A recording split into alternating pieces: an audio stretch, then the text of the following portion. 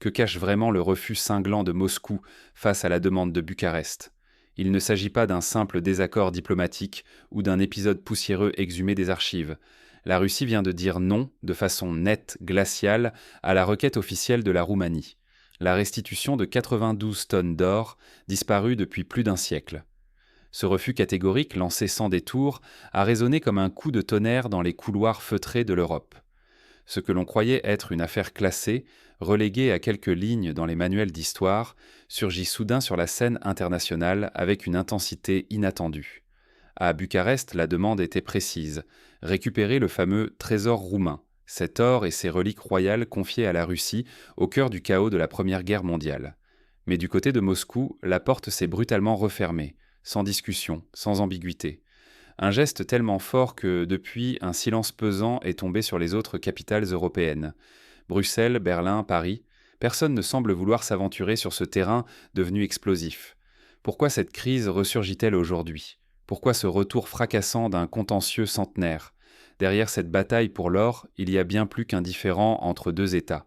Si nous nous contentons de la surface, nous risquons de voir l'histoire devenir un simple instrument de pouvoir, manipulé selon les intérêts du moment, au prix de conséquences financières et politiques incalculables. Ce refus russe n'est pas anodin. Il révèle comment le passé, loin d'être soldé, peut être réactivé pour réécrire le présent. Or, si l'on ne se méfie pas, réveiller de vieilles querelles revient à ouvrir la boîte de Pandore des comptes jamais réglés. L'équilibre fragile de l'Europe, la confiance dans l'histoire officielle, les milliards d'actifs ou de réparations en jeu. Tout cela vacille au gré des mémoires sélectives. Pour comprendre pourquoi ce trésor roumain est devenu un point de rupture, il faut remonter à ses origines et décrypter ce que cache réellement cet or disparu il y a plus de 100 ans. L'or roumain, pillage ou sauvetage, à première vue, le terme évoque une spoliation brutale, un acte de pillage resté impuni. Mais la réalité est infiniment plus complexe et mérite mieux que des raccourcis émotionnels. Revenons en arrière. En 1916, la Roumanie est au bord de l'effondrement. Confronté à l'avancée fulgurante des armées ennemies, le pays doit faire un choix vital. Comment préserver son or, ses archives, ses reliques? L'effondrement n'est plus une menace lointaine, c'est une question de jours. La Première Guerre mondiale ne laisse aucune place aux hésitations.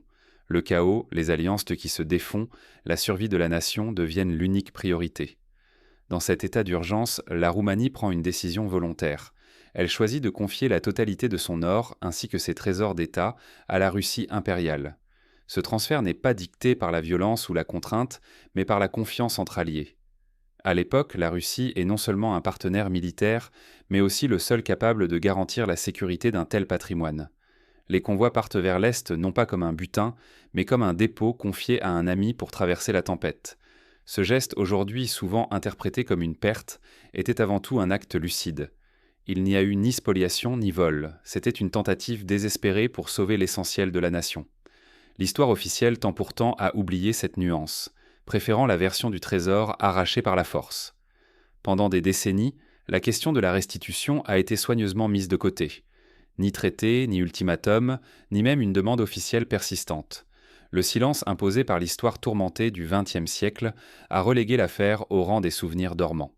Aujourd'hui, raviver ce passé revient à manipuler une mémoire sélective, au risque de transformer la complexité historique en instrument politique. Oublier les nuances du passé, c'est ouvrir la porte à des récits partiaux, et donc à de nouveaux conflits entre nations. Mais pourquoi justement maintenant la Roumanie choisit-elle de rouvrir ce dossier centenaire? Que cache ce retour soudain du trésor dans le débat public? Mais pourquoi cette histoire de trésor roumain ressurgit-elle précisément maintenant, après plus d'un siècle de silence? La réponse ne se cache pas seulement dans la nostalgie ou la quête d'une justice tardive. Elle s'inscrit dans le contexte actuel où l'Europe tente d'accentuer la pression sur la Russie, notamment en cherchant à renforcer les sanctions et à justifier la confiscation d'actifs russes. Remettre sur la table une vieille dette, c'est ouvrir la voie à un précédent juridique. Si la Russie devient officiellement débitrice, il devient plus aisé de légitimer de futures mesures hostiles au nom du droit ou de la réparation. Ici, l'histoire n'est pas invoquée pour solder un compte, mais pour alimenter les rapports de force internationaux. Les souvenirs douloureux, les blessures nationales sont réveillés et instrumentalisés pour peser dans les négociations du présent. Ce n'est pas un hasard si la demande roumaine fait irruption dans les débats alors que Moscou fait l'objet d'une isolation croissante en Occident.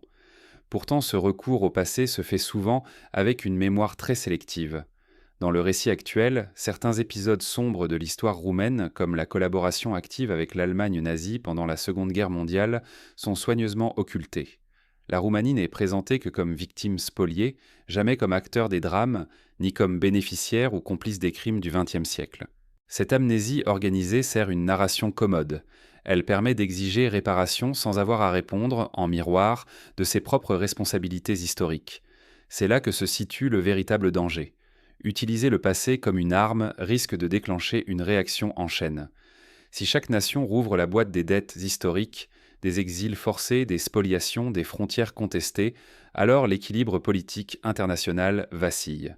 Cela pourrait légitimer une cascade de revendications croisées, de procès sans fin, et entraîner une révision constante de la carte des réparations ou des restitutions. À force de vouloir solder tous les comptes, on risque au contraire de rallumer des conflits dormants et de fragiliser l'ordre déjà précaire établi en Europe. Mais alors, jusqu'où peut aller ce jeu de la mémoire sélective ? Et que deviendrait la stabilité internationale si toutes les dettes et les traumatismes du passé étaient brutalement remis sur la table ? Imaginez un instant que chaque État réclame réparation pour ses blessures historiques. Que se passerait-il si les comptes de l'histoire devenaient la nouvelle monnaie d'échange diplomatique ? Réclamer l'or d'autrefois, n'est-ce pas risquer d'ouvrir la boîte de Pandore ? Ce qui s'annonçait comme une simple demande de restitution s'est transformé en bras de fer, révélant les visions opposées de l'histoire en Europe. Et, soudain, ce ne sont plus seulement Moscou et Bucarest qui tiennent leur souffle, mais toute l'Europe qui guette le moindre faux pas, consciente qu'un précédent pourrait tout emporter sur son passage. Face aux demandes roumaines, la Russie contre-attaque, elle sort ses propres archives, ses propres comptes. Selon Moscou, les destructions provoquées par la Roumanie sur le territoire soviétique durant la Seconde Guerre mondiale dépassent très largement toute valeur du trésor aujourd'hui réclamé. Les chiffres avancés évoquent des pertes humaines et matérielles colossales, des villages rasés, des industries pillées, des ressources agricoles arrachées à la terre. Pour Moscou, le calcul est simple. Le passé n'est pas un coffre-fort que l'on ouvre à l'envi, mais une chaîne de dettes et de blessures que personne ne peut solder à sens unique. Plus encore, la Russie rappelle qu'au lendemain de la guerre, l'Union soviétique avait annulé l'équivalent de 4 milliards de dollars de réparation exigée de la Roumanie. Un geste politique présenté alors comme une main tendue pour stabiliser le continent et non comme une vengeance. Imaginez un instant, effacer une dette de plusieurs milliards pour permettre à un voisin de repartir, puis se voir aujourd'hui réclamer l'or centenaire, sans même évoquer les ruines, les pertes et les vies brisées en retour. Ce n'est pas qu'une querelle de chiffres entre deux États, car l'Europe, en apportant son soutien à Bucarest, prend un risque considérable. Si ce dossier aboutit, ou même s'il prend trop d'ampleur, il pourrait inspirer d'autres nations. Qui n'a pas dans son histoire un compte à régler, une dette à solder, une injustice à réclamer ? L'Espagne avec ses réserves d'or, la Grèce avec ses exigences envers Berlin, la Pologne ou la Hongrie, la liste serait sans fin. Chaque étape de la réouverture de ces dossiers risque de métamorphoser l'Europe en un champ de bataille mémoriel, où chaque nation deviendrait, potentiellement, la débitrice de toutes les autres. C'est la logique des audits historiques poussés à l'extrême.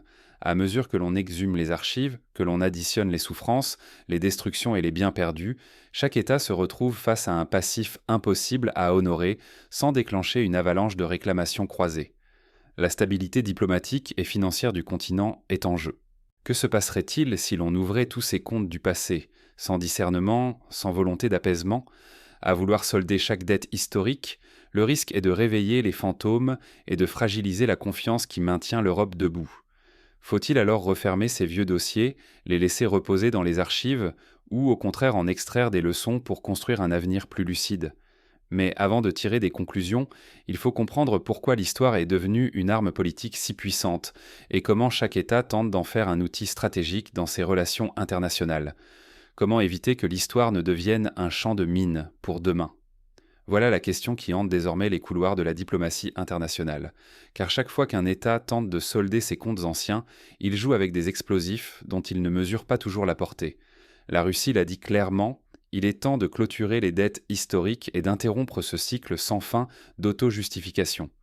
D'un ton ferme, Moscou refuse qu'on la convoque éternellement pour des faits d'un autre siècle. Cette posture n'est pas qu'un geste d'agacement. Elle traduit la lassitude des nations sommées, encore et encore, de répondre de leur passé devant des États qui parfois oublient leur propre zone d'ombre. L'ère de la mémoire sélective touche peut-être à sa fin. Aujourd'hui, il ne suffit plus de réclamer justice au nom d'un tort historique réel ou supposé. À chaque réouverture du passé, c'est toute la complexité des faits, des alliances, des trahisons et des responsabilités qui doit être examinée, sans exception, ni pour l'accusé, ni pour l'accusateur. Mais ce jeu est dangereux, car les revendications historiques, lorsqu'elles sont instrumentalisées comme des armes politiques, finissent presque toujours par se retourner contre leurs porteurs. Les exemples abondent. À trop chercher réparation, certains gouvernements finissent par réveiller d'autres dossiers gênants ailleurs ou dans leur propre histoire. L'effet boomerang est inévitable, et c'est la crédibilité internationale de tous qui s'effrite. Pour avancer, il faut accepter la complexité de l'histoire. Il n'y a pas de passé immaculé, pas de récit unique, ni de victimes ou de bourreaux éternels. Les nations qui résistent à la tentation de faire de la mémoire un levier de négociation immédiate sont celles qui survivent le mieux aux tempêtes du présent. Car instrumentaliser le souvenir, c'est prendre le risque de voir sa propre histoire disséquée à son tour. Persister dans les batailles mémorielles, c'est risquer d'envenimer les relations internationales, d'enclencher une spirale de méfiance et, au final, de perdre toute crédibilité sur la scène mondiale. Ce n'est plus seulement une question de dossier entre Moscou et Bucarest. Demain, d'autres archives s'ouvriront, d'autres acteurs présenteront leur addition, et plus personne ne pourra prétendre à la pureté historique. Alors, quelle conclusion pour aujourd'hui et demain ? Sur quoi les nations, les diplomates et les peuples peuvent-ils s'appuyer pour sortir de ce cercle vicieux ? Il est temps maintenant de réfléchir aux enseignements concrets à tirer de cette affaire et d'imaginer comment repenser notre rapport collectif au passé pour éviter que l'histoire ne divise à nouveau. L'histoire n'est pas un menu à la carte. Ouvrir ses coffres, c'est accepter d'en assumer tout le contenu, même les pages les plus sombres, même celles qu'on préférerait oublier. Se tromper d'histoire, c'est risquer de payer au prix fort des dettes oubliées, ou d'en voir surgir de bien plus lourdes. Exhumer le passé, c'est convoquer non seulement des souvenirs, mais aussi des comptes non soldés, des blessures mal refermées et parfois des fantômes politiques qui n'attendaient qu'un signal pour sortir de l'ombre. Dans l'affaire du trésor roumain, la tentation est grande de n'y voir qu'une dispute sur des lingots disparus depuis plus de 100 ans. Mais en réalité, chaque camp manipule la mémoire à sa façon, espérant faire pencher la balance du présent avec des poids hérités d'hier. Moscou, en claquant la porte, rappelle que l'histoire n'est pas un coffre dont on extrait un bijou précieux à la demande. Elle est une malle entière, lourde de tout ce qu'on y a fourré, volontairement ou non. Pourtant, demander aujourd'hui la restitution des 92 tonnes d'or, sans accepter de regarder aussi les années de guerre, les alliances rompues, les choix tragiques, c'est jouer avec un feu dangereux. Car l'histoire de la Roumanie et de la Russie ne commence pas en 1916, ni ne s'arrête à la fin de la Première Guerre mondiale.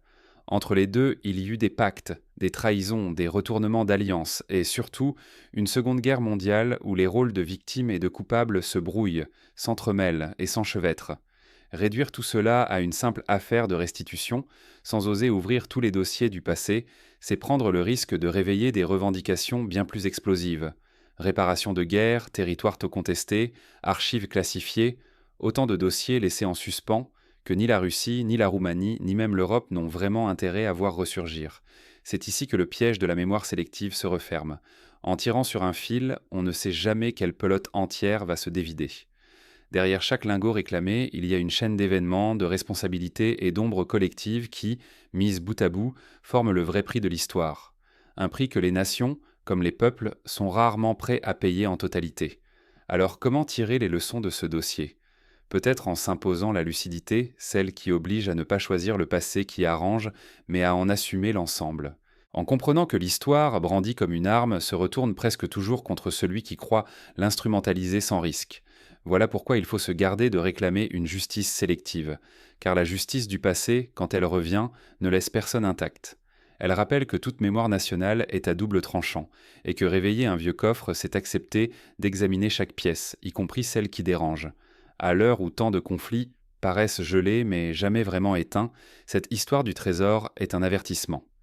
Derrière le bruit d'une requête centenaire, on entend déjà le grondement de débats, qu'aucune capitale n'est vraiment prête à affronter. Vouloir solder tous les comptes du siècle dernier, c'est peut-être ouvrir une boîte de Pandore que nul ne contrôle vraiment.